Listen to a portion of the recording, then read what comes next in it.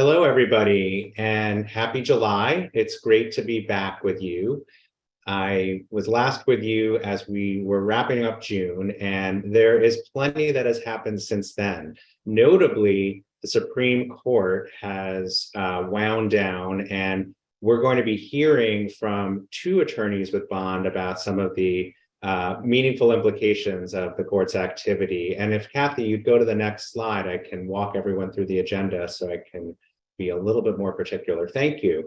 So Laura Harshbarger is here with us, and she's going to be talking about the affirmative action relating holdings and the implications for all of you.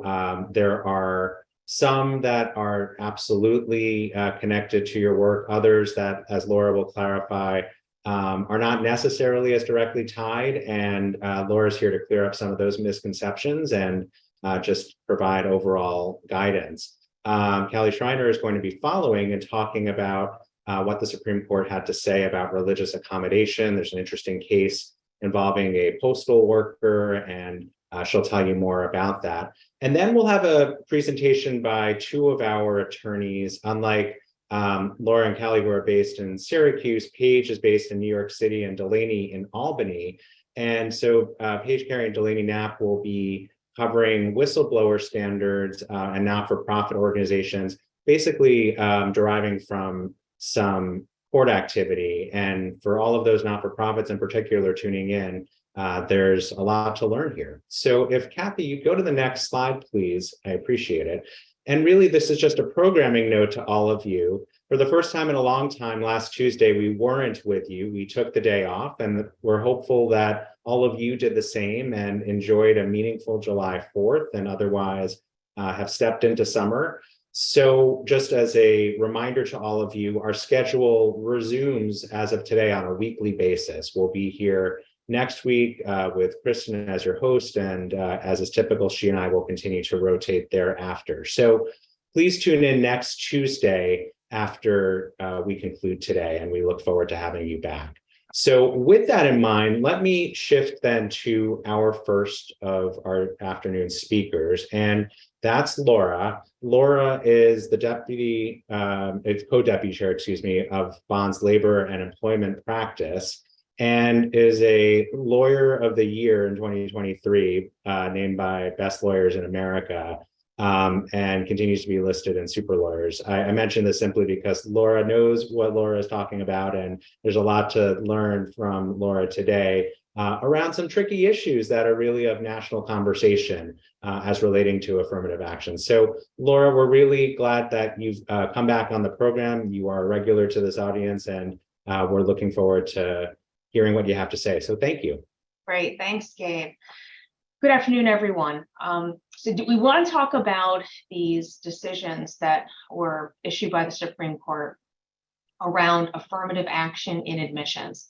And very predictably and very understandably, so many folks that we deal with on a daily basis on labor and employment related issues, HR related issues, are asking, what does this mean, if anything, for us and for what we do in our work on the employment side of things. So I want to walk through those decisions at kind of a high level and talk about the impact of those decisions. But before I get started, I kind of feel, in the interest of full disclosure, I need to say that this is a tough and delicate topic to kind of bite off in this type of a forum. When we talk about things related to the diversity of the workplace and employers' goals in wanting to see the diversity of their workforce expanded, it is a long and involved topic. This is we're going to skim the surface. I mean, really, really skim the surface. These are deep issues, and they're issues that I just can't encourage you enough to get legal counsel on, because as we're going to talk about on the back end of this program, there are legal and illegal ways to pursue those very laudable goals. And we really encourage you to think very carefully about how your organization is approaching those, so that your goals are met, and at the same time they're done in a way that is within the bounds of some admittedly murky and sometimes counterintuitive case law. So let's start with these decisions. The thing to remember at the outset is that the recent decisions involving Harvard and University of North Carolina, they're very particular. They're only about student admissions to colleges and universities. And that line of cases has really kind of existed in a bit of a silo, if you will. Though there's a line of cases going back many, many decades, and they apply only, those cases really do apply only to student admissions. They're not employment-related cases, and they don't have a direct application, no direct application, that word direct in mind for a minute, to employment-related decisions. But let's look at what these decisions said and what they did, and then we'll talk about any impact to our understanding on the employment side of things. Harvard's admission program considered race in a way to say they didn't want to see the percentage or the portion of any minority group substantially dropping off from one year to the next. The criticism of Harvard's admissions program was that Asian American students may actually have a harder time getting into Harvard than other students because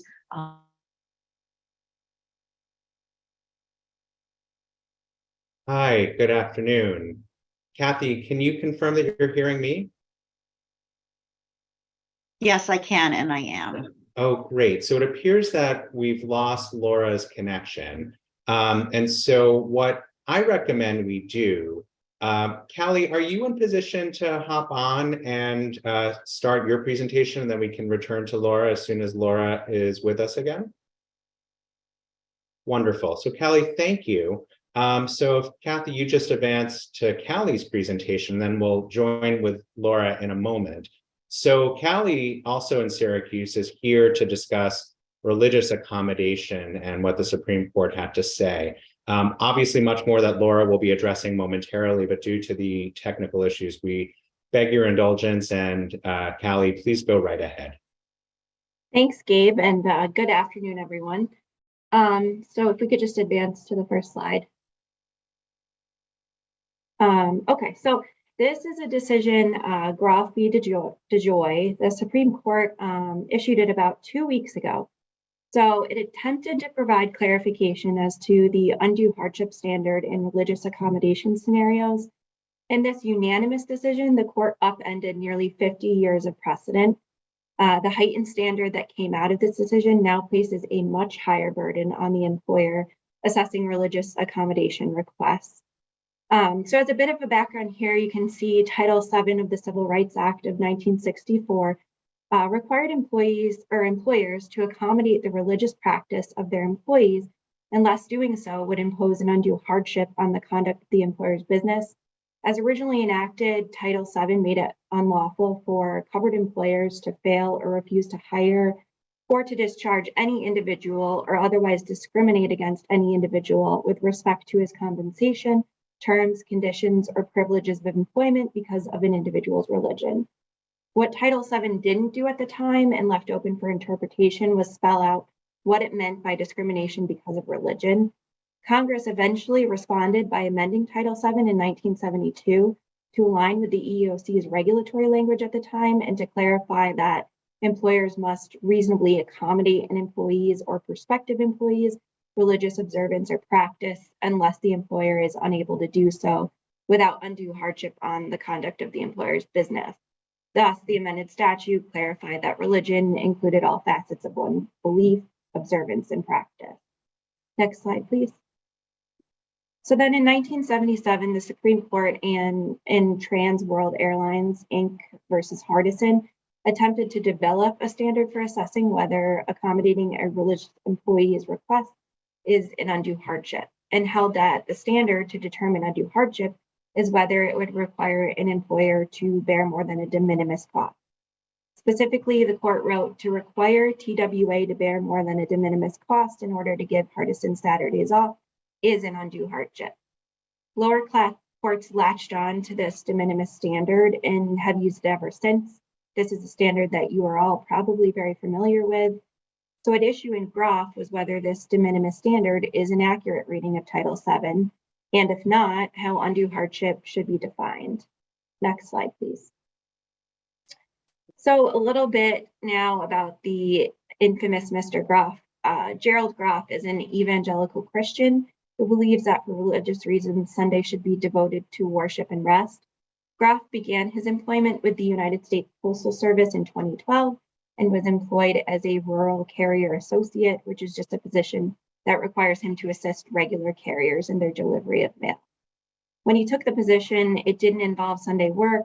That quickly changed in 2013 when UPS entered into an agreement with Amazon to begin facilitating Sunday deliveries. Several years later, Groff was informed that he would be required to work on Sunday, and after hearing this, he quickly moved to a small rural UPS station that at the time wasn't making Sunday deliveries. Unfortunately for Groff, we know where this is going, and that didn't last. And in March of 2017, Amazon deliveries started there as well. Because Groff was unwilling to work on Sundays, USPS made other arrangements, which included other staff from that location, including the postmaster even, covering Groff's weekend shifts. And apparently, if you know anything about the post office, it is very rare for a postmaster to be making deliveries. Groff continued to receive progressive discipline and eventually resigned in January of 2019. Next slide, please. So a little bit about the procedural history of the case. A few months after his resignation, Groff sued under Title VII, asserting that USPS could have accommodated his Sunday Sabbath practice without undue hardship on the conduct of their business.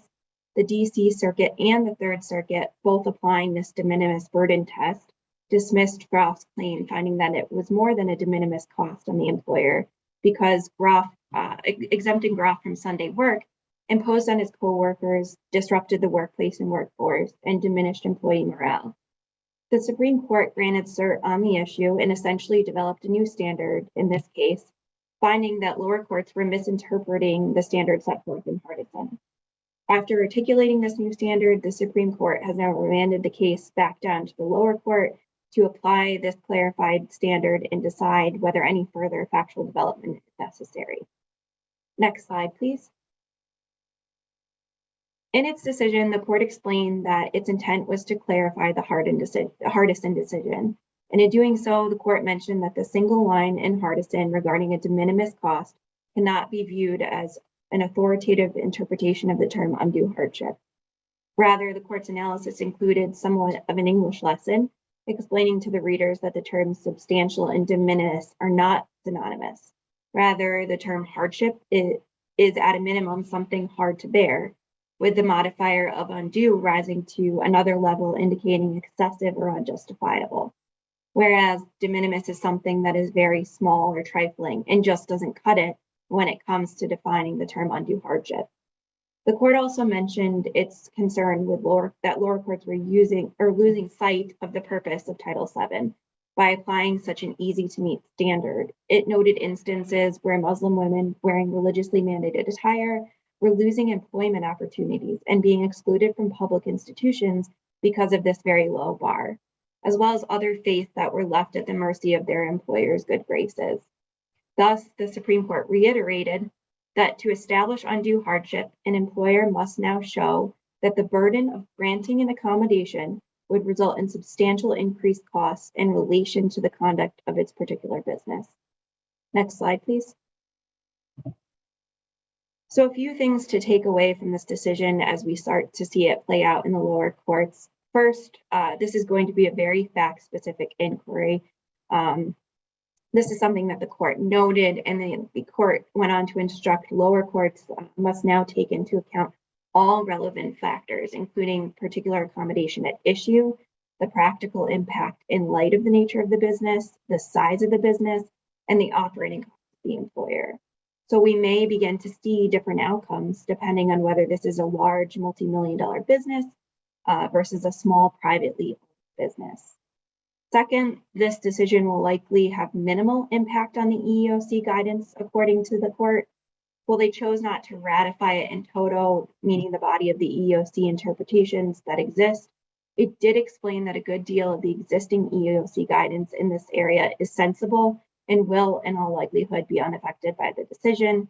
Specifically, the court noted that the EEOC's guidance has always focused on what should be accommodated and supporting that things like temporary cost, voluntary shift swapping, occasional shift swapping, and administrative costs are not likely to impose undue hardship. And third, the impact on coworkers will not on its own be sufficient. Simply put, just because the accommodation may have an impact on other coworkers, that's not going to be sufficient for the employer to demonstrate undue hardship. Instead, the employer must show how the impact actually has an effect on the conduct of the worker or the employer's business. So, for example, the court explained that a coworker's dislike of religious practice and expression in the workplace is not an appropriate factor in determining undue hardship. Specifically, something like an employee's animosity to a particular religion or religion in general cannot be considered undue hardship. And finally, the court reiterated the goal of Title VII in that it requires an employer to reasonably accommodate an employee's practice of religion. It's not sufficient to merely assess the reasonableness of a particular accommodation and just call it a day. Importantly, the court held that it would not be enough for an employer to conclude that forcing other employees to work overtime would constitute an undue hardship. Rather, an employer would have to also consider other options such as voluntary shift swapping. So moving forward, employers will have to carefully assess these religious accommodations. And in the scenario where an accommodation is denied, be sure to apply a more rigorous analysis, including details about the substantial increased costs and how the business is impacted.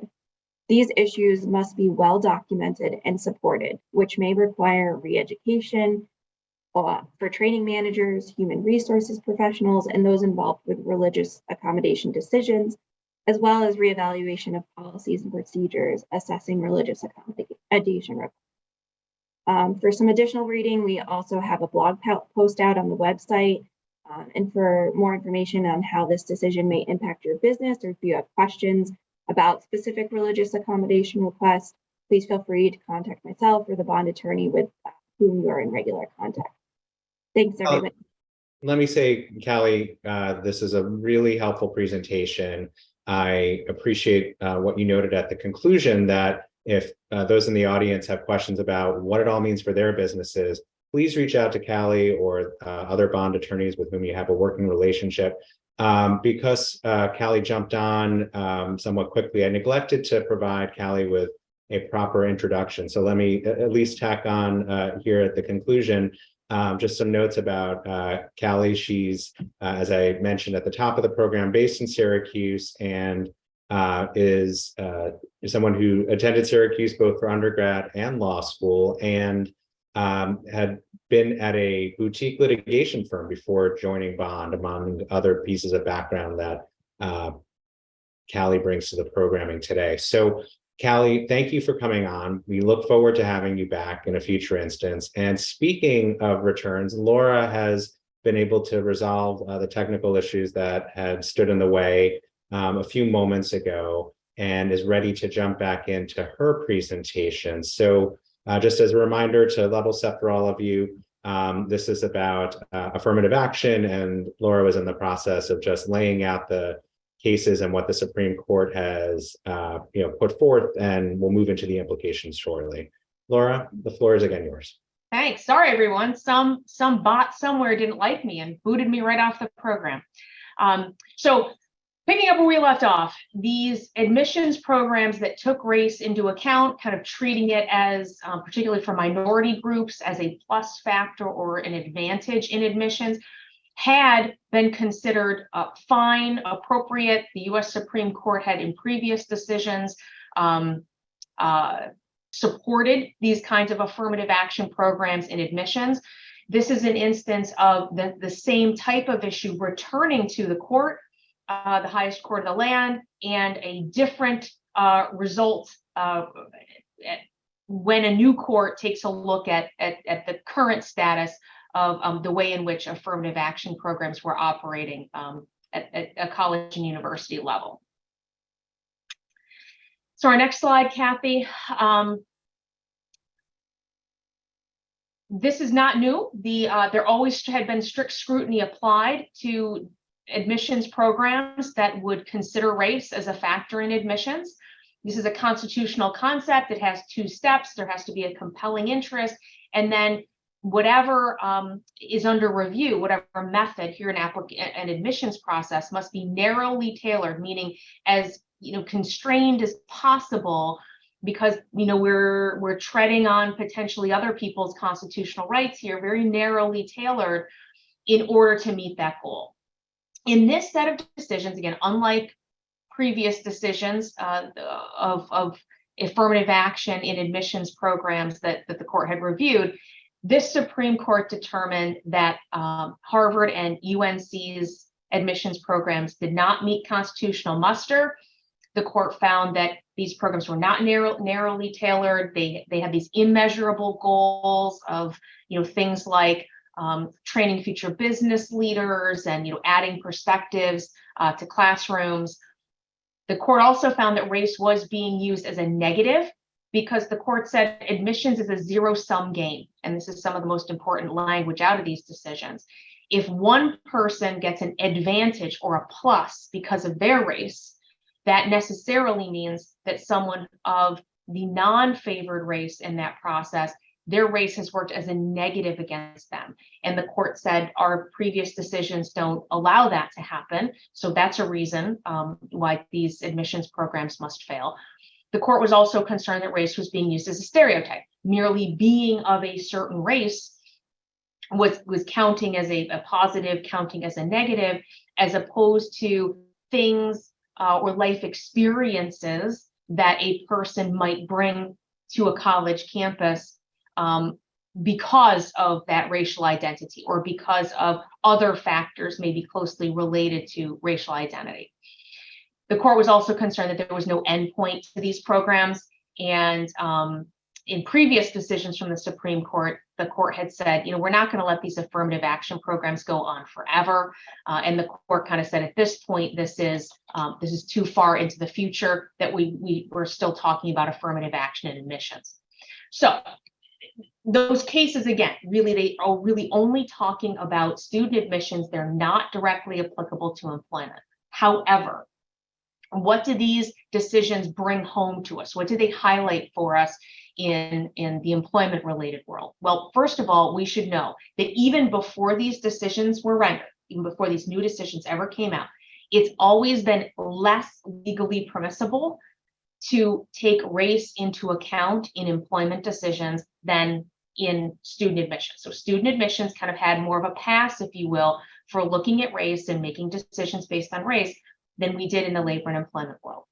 Public employers are subject to the same equal protection, strict scrutiny analysis that we just talked about. So for public employers, the things that the Supreme Court said about whether or not a program that considers race is sufficiently narrowly tailored, is really, really limited, that has some residual application to a public employer's hiring decisions. Private employers are not subject to the same constitutional standard, but to something closely related. The only time that we've been able to, in private employment, take race into account, including as a positive factor, I'm talking about even race as a plus factor in employment, is when an employer has been able to meet a certain test called the manifest imbalance test. It has multiple parts to it. Again, frankly, I'm a little reluctant to go too deep into that because I don't want to give misimpressions about the ease with which one can take advantage of that. It's not easy at all to take advantage of that. But the idea is an employer would have to show that its workplace was out of balance in a very substantial way with the available workforce in terms of the racial complement of their workforce versus the workforce that was available at large. They're very, very narrow, very limiting standards. And frankly, the New York State Division of Human Rights and the New York State Human Rights Law don't contain even those very narrow exceptions. So the big takeaway here is that for labor and employment, we always were very constrained, almost to the point of not being able to consider race ever, including as a positive factor even if we're well motivated to want to increase diversity when we're making employment decisions. The recent Supreme Court decisions, if anything, just bring that home to us in a kind of a clearer fashion, and seeing how the court analyzed that concept of affirmative action, of benefiting one race over another in a different context.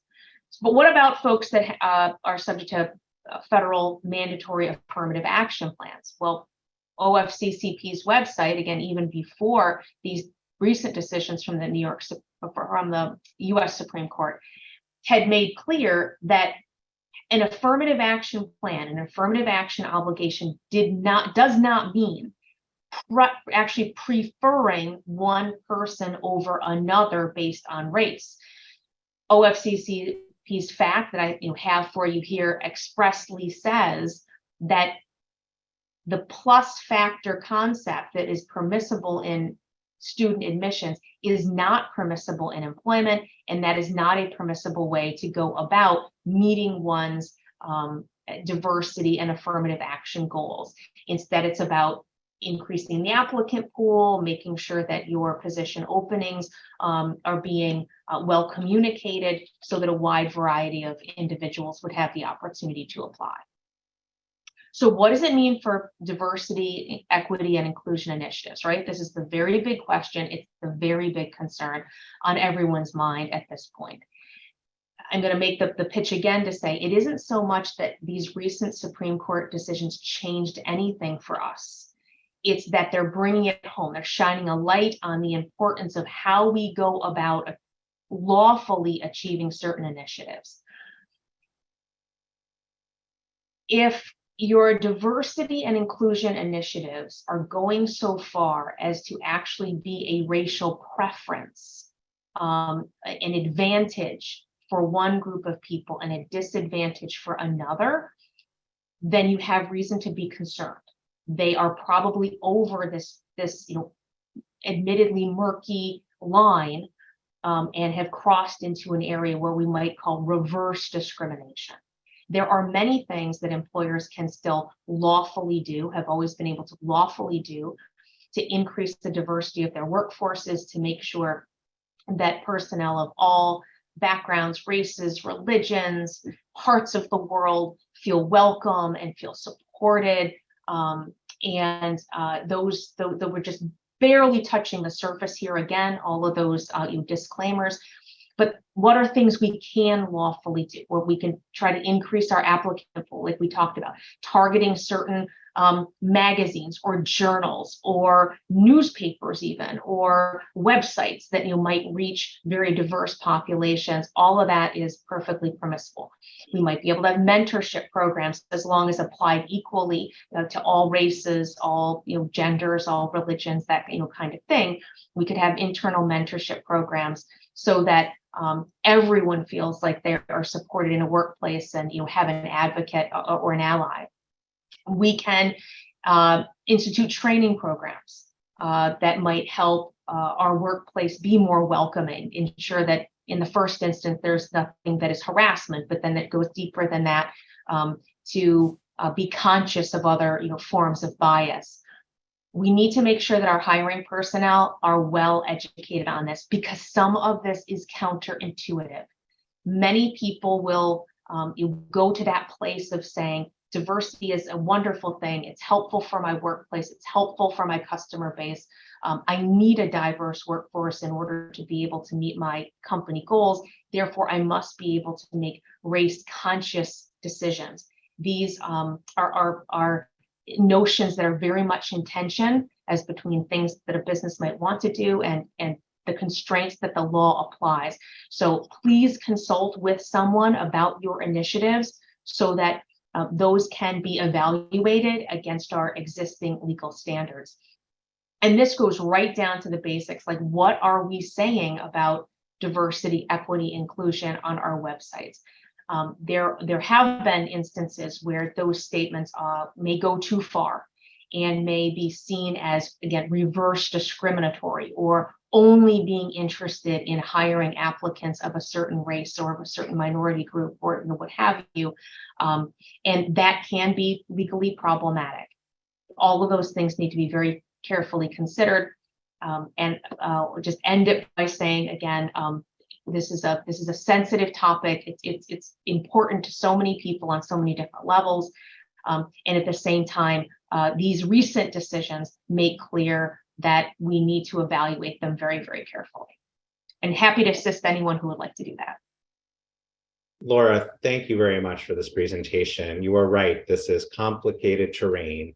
And you didn't even have an opportunity to address a question that came in concerning legacy programs. That's for, I would assume, your next visit here, just because we have to get to our future speakers, but or coming speakers. But the point being that Laura is here to help each of you in an offline way. We have a deep team at the firm, of course, that's familiar with so much of what it is to run your businesses, and we want to help you through these new and complicated issues. So with that, let me turn to our last speakers for the day, who are actually, this slide is not right. It's going to be Paige, Carey, and Delaney Knapp, who are going to be with us today.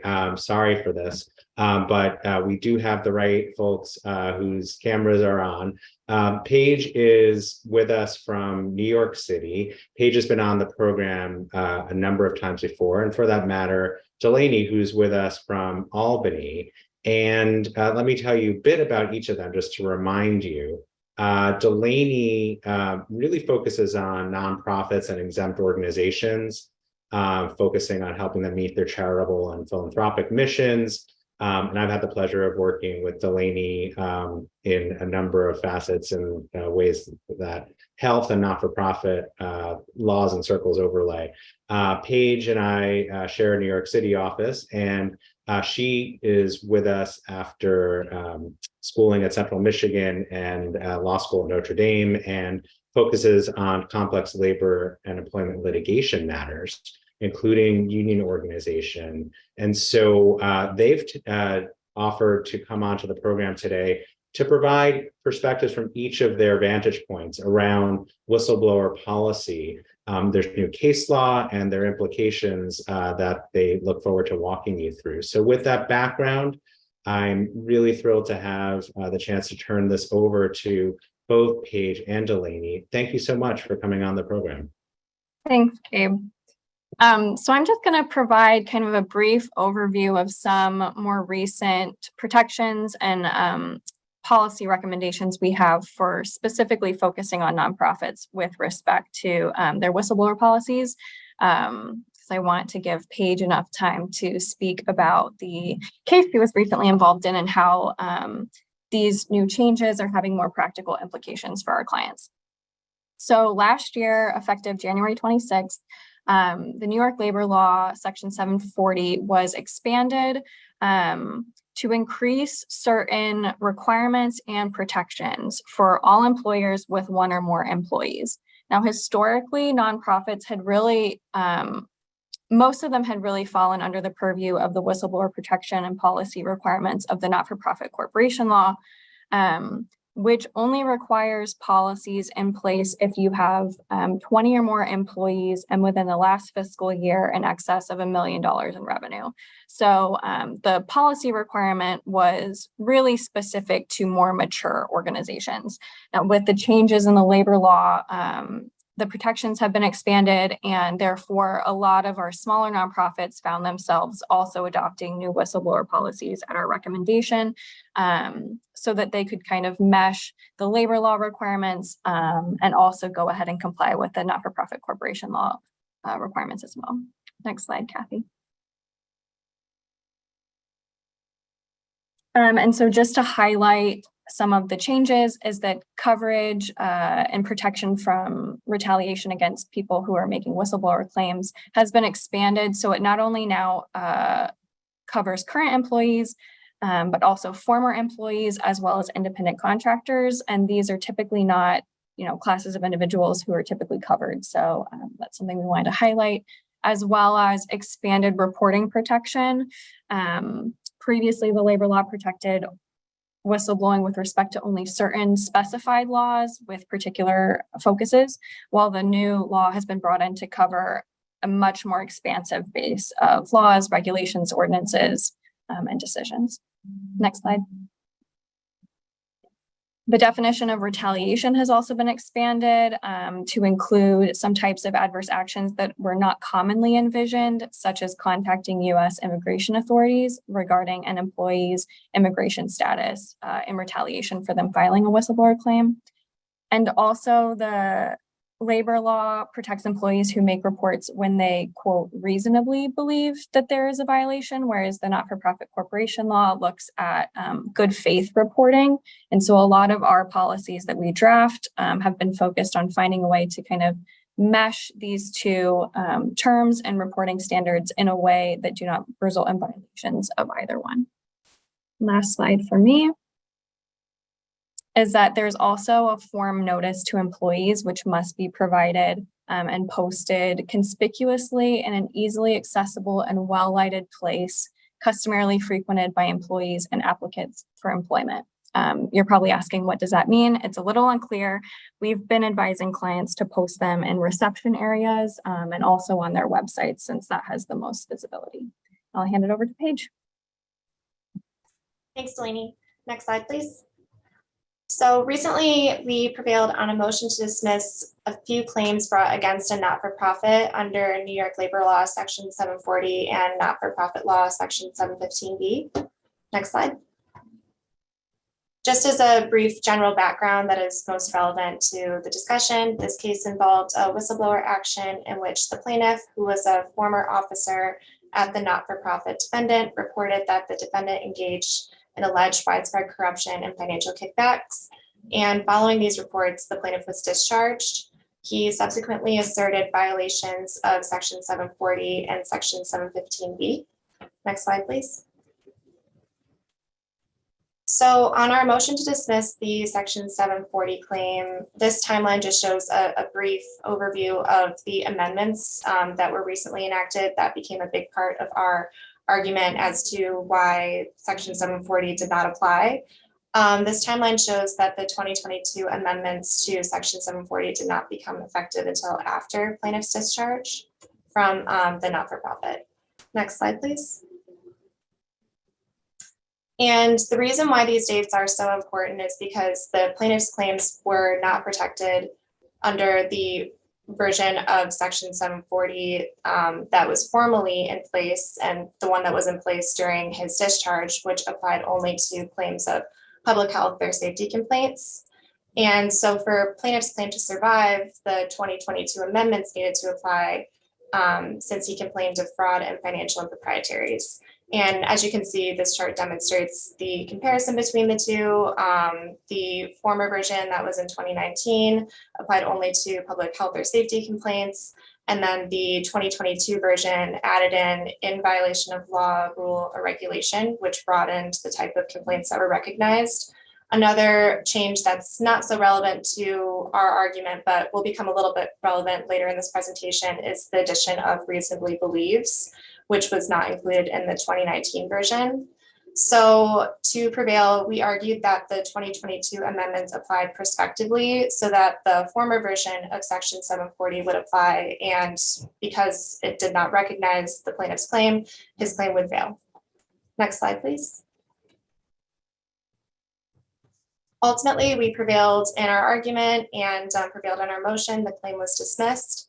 The judge determined in her decision on our motion that the portion of Section 740 stating violation of law, rule, or regulation only had prospective effect. However, she also clarified that other portions of the 2022 amendments had retroactive application. Specifically, she noted that two portions of the amendments applied retroactively, and Delaney discussed these portions in her part of the presentation, so you might find them familiar, but the amendment to Section 740 permitting a plaintiff to seek a jury trial, and then the amendment to Section 740 permitting a plaintiff to bring a claim where he or she had a reasonable belief that a violation of law occurred, and that was reviewed by Delaney, and then also one of the differences in the chart from the previous slide. Next slide, please. And on our motion to dismiss the section 715B claim, we prevailed on this motion as well. The judge, in reviewing our argument and plaintiff's argument, held that the not-for-profit corporation law of section 715B, which outlines requirements for a not-for-profit whistleblower policy, did not afford officers of a not-for-profit corporation, such as plaintiff, a private right of action. And without getting too technical, the overarching reason for this was that the statute expressly empowered the Attorney General to protect these officers. So the Attorney General would have to bring an action against the not-for-profit when an officer is involved. And just as a brief note, this may be different for run-of-the-mill employees. There's a divide in New York on this, and it's a separate issue, probably outside of the scope of this presentation, and also is outside of the scope of the judge's ruling on our motion. But that's still a little bit up for debate. The majority tilts in favor of allowing or implying, a private right of action for just a non-officer employee, so just the run-of-the-mill employee. But just going forward, important to note that right now it appears that the officers are not afforded a private right of action. And next slide, please. So that concludes our presentation. If you have any questions regarding this information, please feel free to reach out to myself or Delaney or a bond attorney. Thank you. Well, thank you very much, Delaney and Paige. Really interesting case law and a great win to report. And so for all of you among our clients tuning in who are in the not-for-profit sector as broadly defined, just make sure you think of us if we can be of help. I want to make sure that all of you have the contact information for today's presenters, Laura, Callie, Paige, and Delaney. You can, of course, reach out to me as well. Our program, as a reminder, will be back with you a week from today at noon Eastern, and Kristen Smith will be your host then. In the meanwhile, we're wishing you a terrific balance of the week and stay cool out there. And let me also end on a more sober note. We know that some of you were affected by the very severe rain and storms that we endured in these last 48 hours. So we're hopeful above all else you're safe and well, and we're thinking of you. Have a good afternoon.